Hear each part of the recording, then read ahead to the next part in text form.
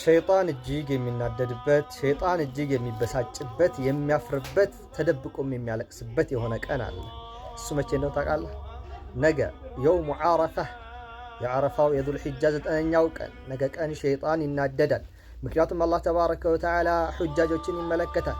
ለአላህ ሲሉ የጾሙትን፣ ለአላህ ሲሉ ዚክር የሚያደርጉትን፣ ተስቢሕ ተክቢር የሚያደርጉትን ሰዎችን ይመለከታል። አላህ እንዲህም ይላል፣ እያችኋቸው ባሮቼን ይላል።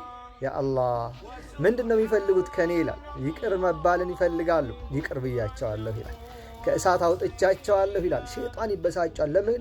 አላህ ብዙ ሰዎች ከእሳት ነፃ ስለሚያወጣ የዚያን ቀን አላህ ይቅር ስለሚል አላህ ተባረከ ወተዓላ ባሮቹን ደረጃቸውን ከፍ ስለሚያደርግላቸው ሸይጣን ይበሳጫል።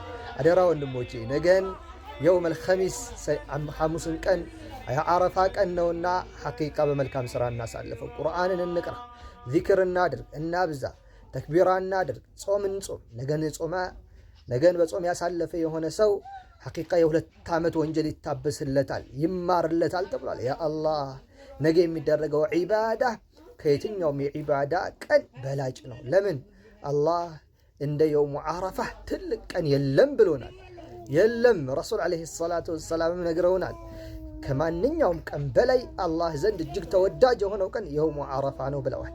ስለዚህ በዚህ ቀን ለአላህን ከማመፅ እንታቀም፣ አላህን እናምልከው፣ ቁርአንን እንቅራ፣ ሰደቃ እናብዛ፣ ደጋጎችን እየደወልን እንጠይቅ፣ ቤተሰቦቻችንን እንዘይር፣ ቤተሰቦቻችን የሚያስፈልጋቸው ነገር ካለ እናሟላላቸው። ደካማዎች፣ መሳኪኖች፣ ድሆች፣ አቅመ ደካሞችን በቻልነው አቅም እናግዛቸው፣ እንርዳቸው። አላህ ተባረከ ወተዓላ ይህን ቀን ተጠቅመውበት ከሚያልፉ ባሮቹ መካከል ያድርገን።